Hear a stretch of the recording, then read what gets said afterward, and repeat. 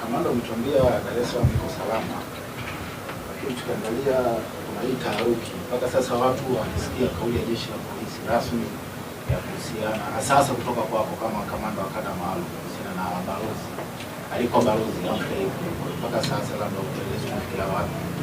Sema pia Dar es Salaam iko salama, kuna watu wanajiuliza kama hivyo alikuwa balozi ametoweka, mtu ambaye alikuwa balozi. Sasa kwa raia wa kawaida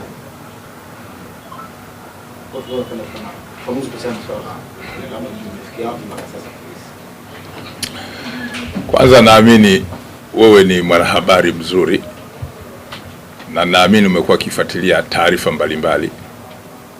Sijui msemaji wa jeshi la polisi nchini akisema jambo kwako unalichukuliaje, kwamba ni taarifa au sio taarifa? Mama amesema hujasikia taarifa kutoka kwangu kuhusiana na mtu uliyemtaja.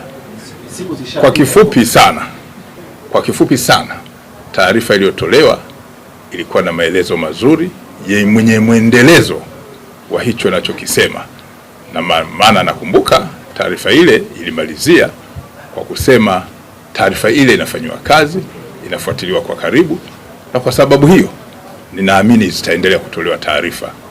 Na kama ilitolewa na msemaji wa jeshi, na sisi ni taasisi, sasa sidhani kama ungependa ukisikia msemaji wa jeshi amezungumzia jambo moja lile lile ukapenda tena na mimi nilizungumzie, lakini mwisho utataka na OCD naye alizungumzie, utataka na polisi kata alizungumzie. Kwa mfumo wa jeshi kama taasisi ina mfumo wa kutoa taarifa, na ile taarifa ichukuliwe ni taarifa, na zitakapopatikana taarifa zingine zitatolewa kwa mfumo ule ule.